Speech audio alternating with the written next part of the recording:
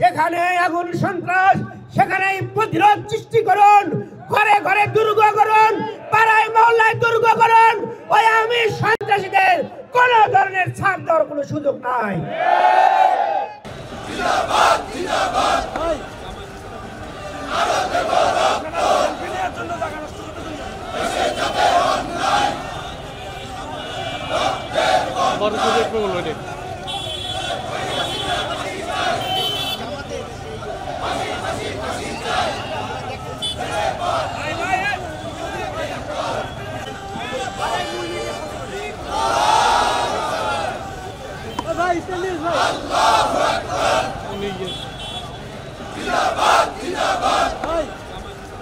জনগণ অপেক্ষায় বসে থাকবে না। 5ই আগস্টে যেভাবে প্রতিরোধ করেছিল আগামী দিনেও সেই ধরনের প্রতিরোধ সৃষ্টি করবে ইনশাআল্লাহ।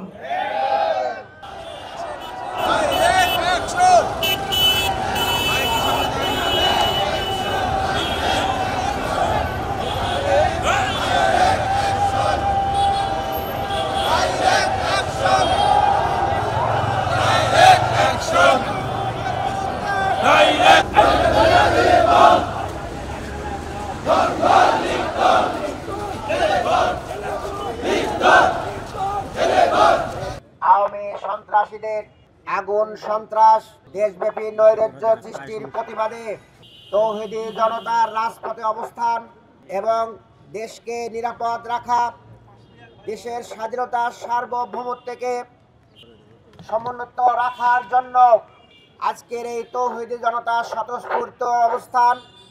আজকের এই অনুষ্ঠানের সম্মানিত সঞ্চালক, উপস্থিত মহানগরীর নেতৃবৃন্দ, সাংবাদিক বন্ধুগণ এবং প্রাণপ্রিয় ঢাকাবাসী, সবাইকে সংগ্রামী সালাম এবং শুভেচ্ছা।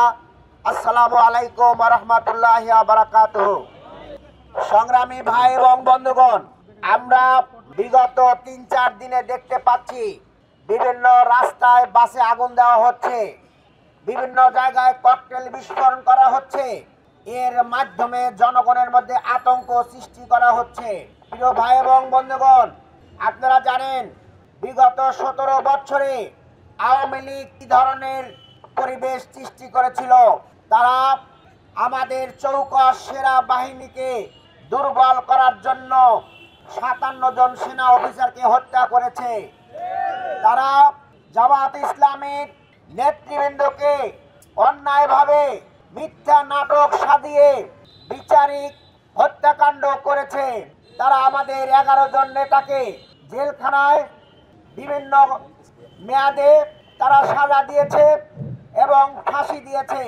সংগ্রামী ভাইয়েরা, এরপরে তারা শাপলা চত্বরে হেফাজতের ভাইদেরকে তারা নির্মমভাবে শহীদ করে মতিঝিলের ওই শাপলা চত্বরকে রক্তে রঞ্জিত করেছে। প্রিয় ভাইয়েরা, তারা মোদির আগমন উপলক্ষে আলেম ওলামাদেরকে গুলি করে হত্যা করেছে। তারা হাজার হাজার মানুষকে আয়না ঘরে বন্দি করে রেখেছিল।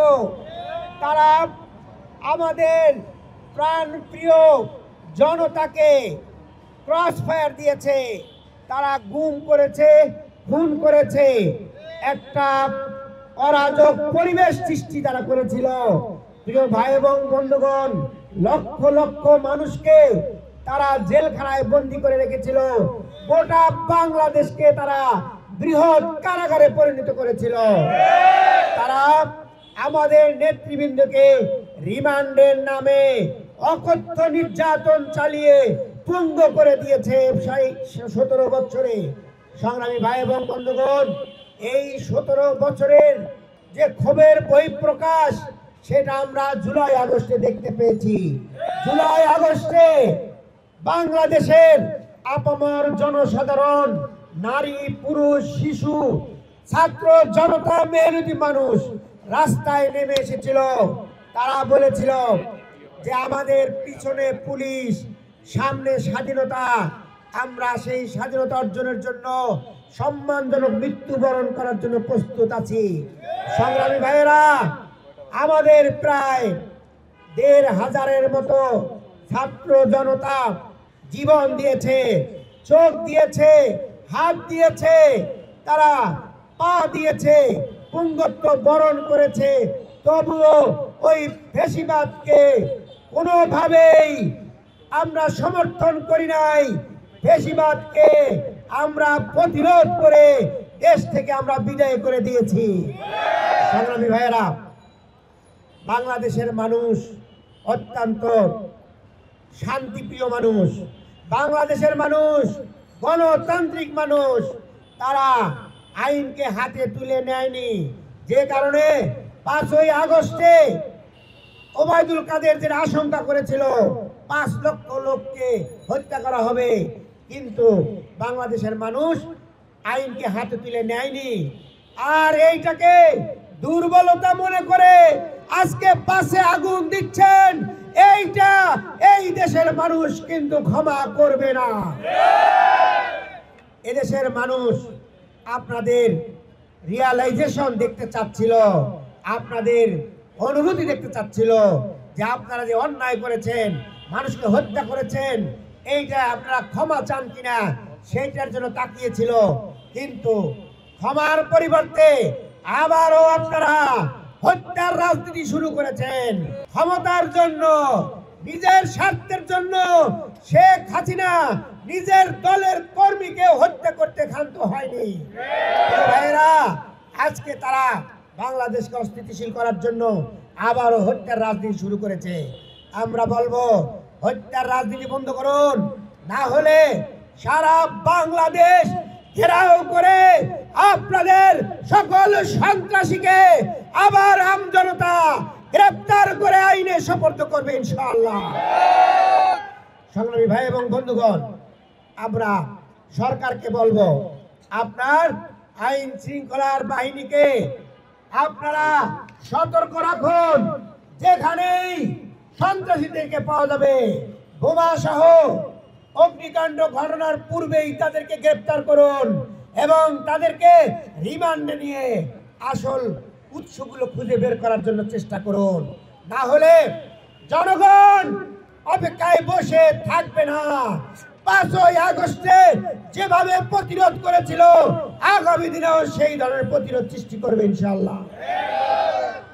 সংগ্রামী ভাই এবং বন্ধুগণ, আমরা অত্যন্ত দুঃখের সাথে জানাচ্ছি 5ই আগস্টে যারা আমরা একসাথে ফ্যাসিবাদ বিরোধী আন্দোলন করেছি, তাদের ভিতরে কিছু কিছু দালাল চক্র আওয়ামী লীগের টাকা খেয়ে আজকে মিডিয়ার সামনে আবল তাবল প্রলাপ বক্তব্য রাখছেন। আমরা এই সকল প্রলাপের তীব্র নিন্দা এবং প্রতিবাদ জানাচ্ছি। ওই দালালরা আজকে হুঙ্কার দিচ্ছে যে আমরা নাকি আওয়ামী লীগের সাথে একসাথে যুগপৎ আন্দোলন করছি। সংগ্রামী ভাইয়েরা, কারা আওয়ামী লীগের সাথে আতাত করছে জনগণ সেটা ভালো করে জানে। কি বলেন আপনারা? ঠাকুরগাঁয়ে কে বক্তব্য দিয়েছে আমরা ক্ষমতায় গেলে? কে, কারা বলছে বলেন তো? আপনাদের মহাসচিব, যার বয়স হয়ে গেছে। আসলে বয়স হলে মানুষের হিতাহিত জ্ঞান ফুরাইয়া যায়। উনি প্রকাশ্যে ঘোষণা দিয়েছেন ক্ষমতায় গেলে আওয়ামী লীগের মামলা প্রত্যাহার করে নিবে।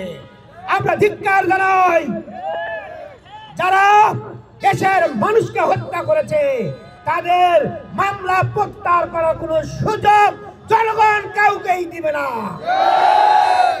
প্রিয় ভাইরা, আমরা আরো দেখেছি নাটোর 4 আসনের এমপি প্রার্থী, এমপি পদপ্রার্থী, তিনি বলছেন যে আওয়ামী লীগের ভাইয়েরা, বিএনপি ক্ষমতায় আসলে আপনাদেরকে নিরাপত্তার চাদরে বেষ্টন করে রাখা হবে। প্রিয় ভাইয়েরা, আমরা ধিক্কার জানাই রংপুর 4 আসনের নেতা আব্দুল আজিজ। সে বলছে আওয়ামী লীগের ভাইয়েরা, বিএনপিকে ভোট দিলে আপনারা নিরাপদে থাকতে পারবেন। প্রিয় ভাইয়েরা, তারা আঘাত করছে, জনগণ সেটা বুঝতে পারে। জনগণকে বোকা বানানোর সুযোগ নাই। আমরা বলবো গণভোট তো আপনারা চিনতেই পারেন নাই, কেয়ারটেকার সরকারকে যেমন চিনতে পারেন নাই, তখন আপনাদের বক্তব্য ছিল পাগল আর শিশু ছাড়া কেয়ারটেকার বোঝে না। আবার যখন এই জুলাইকে ধারণ করার জন্য আমরা যখন জুলাই সনদের আইনি ভিত্তি চেয়েছিলাম, তারা বলছেন তাদের মানে স্থায়ী কমিটির সদস্যরা বলে যে জুলাইয়ের আইনি ভিত্তির দরকার ডাকে। প্রিয় ভাইরা, আমাদের আমির জামাত বলছেন যারা জুলাইকে সম্মান দিবে না, জুলাইকে ধারণ করবে না, জুলাইয়ের সনদ দিবে না, তাদের জন্য 26-এর নির্বাচন নাই। প্রিয় ভাইরা, গণভোট আপনারা মানতে চান নাই, এখন বলতেছেন আমরা গণভোট মানি, কিন্তু আবার বলেন যে নির্বাচনের দিনে গণভোট। এ কি মামুবাড়ি আবদার? আইনের অনুযায়ী চলতে হবে, গণভোট দিতে হবে আগে, নভেম্বরে গণভোট, জুলাইয়ের সনদ আইনি ভিত্তি পাবে, সেই ভিত্তির উপরে ফেব্রুয়ারিতে নির্বাচন হবে, এর কোনো ব্যত্যয় হবে না। প্রিয় ভাই এবং বন্ধুগণ, আমরা বলবো দেশের জন্য কাজ করুন, ব্যক্তির জন্য নয়, দলের জন্য নয়, দেশের জন্য, দেশের স্বাধীনতা সার্বভৌমত্বের জন্য আমরা সবাই কাজ করি এবং জুলাইয়ের এই শহীদদের আত্মদানকে স্বীকার করি, এরা আইন ভিত্তি দেই, এরপরে গণভোট, এরপরে ফেব্রুয়ারি ইলেকশন, এটার মাধ্যমে দেশকে আমরা সামনের দিকে এগিয়ে নিয়ে যাই। আর যারা সন্ত্রাসী করবে, যারা আগুন সন্ত্রাস করবে, এদেরকে আপনারা চিহ্নিত করুন, যেখানে আগুন সন্ত্রাস সেখানেই প্রতিরোধ সৃষ্টি করুন, ঘরে ঘরে দুর্গ করুন, পাড়ায় মহল্লায় দুর্গ করুন। ওই আমি সন্ত্রাসীদের কোন ধরনের ছাড় দেওয়ার কোনো সুযোগ নাই।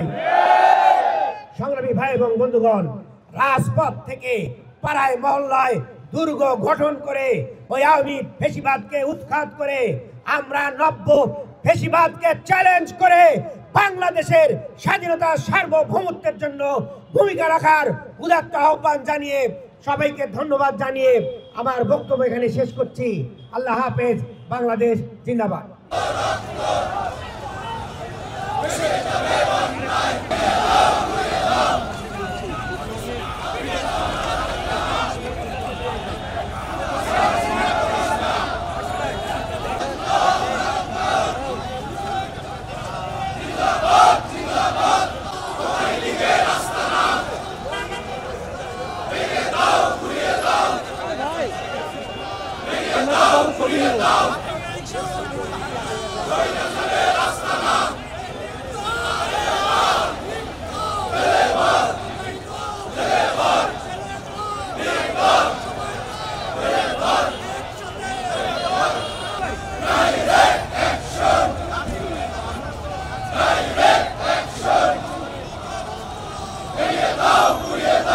রিক্সা মিডিলে যাইতে বলেন।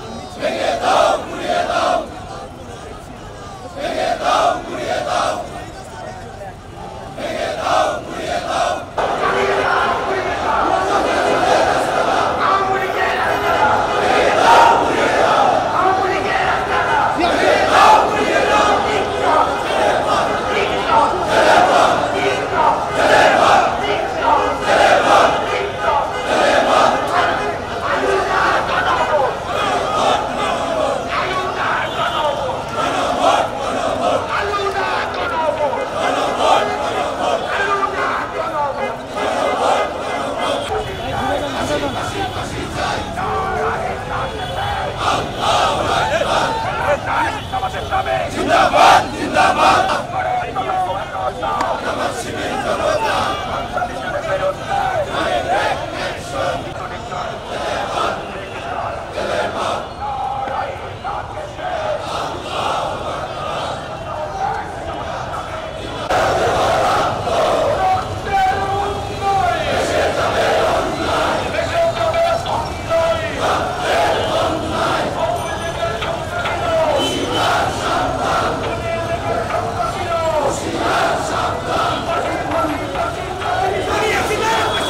বাংলাদেশ জামাত ইসলামে আল্লাহর আইন চাই, আল কোরআনের আলো, আল হাদিসের আলো, দিয়েছি তো রক্ত